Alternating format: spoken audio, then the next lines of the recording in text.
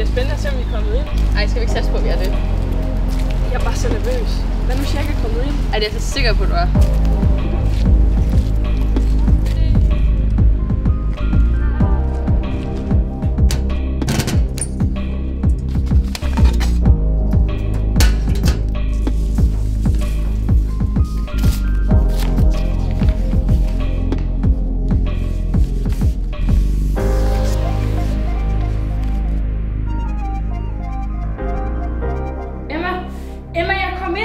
Jeg kom ind. Jeg starter til sommer. Er det ikke vildt?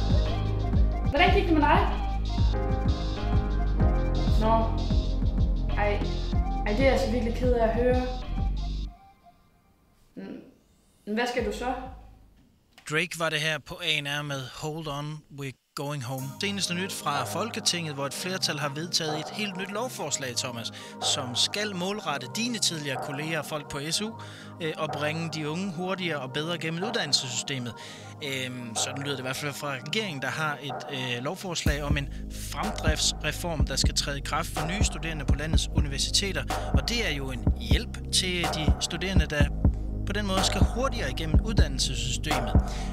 Planen er, at alle studerende i snit per elev og studerende sparer 4,3 måneder af sin studietid. Nogle kalder det pisk, jeg kalder det gulerod eller et omvendt. Hvad virker egentlig bedst for dig?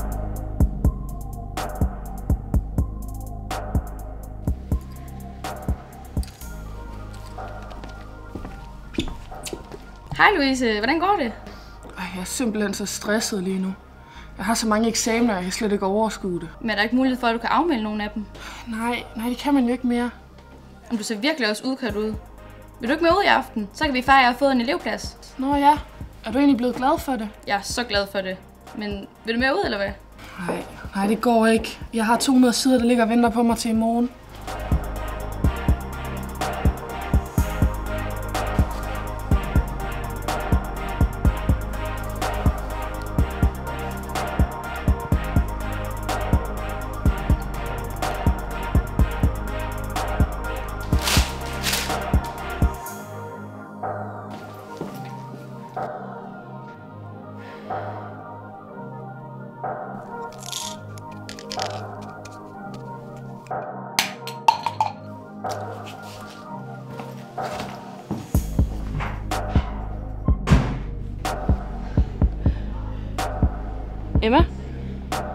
Emma, jeg kan ikke mere. Jeg dropper ud. Kan vi mødes?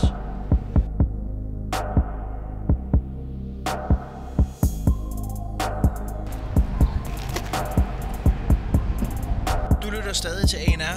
Og seneste nyt er, at Studentersamfundet har indkaldt til demonstration foran Aalborg Universitet. Det er de skærpede studiekrav, som Folketinget har indført på baggrund af den førnævnte fremdriftsreform, der har gjort, at man skal holde demonstration. Fra Studentersamfundets side, der regner man med, at der er ca. 7.000 deltagere ved dagens demonstration. Og umiddelbart inden den demonstration, der er der en fordemonstration med 7 grupper af studerende fra flere forskellige fakulteter i byen. Her blokerer man hovedindgangene, hvis man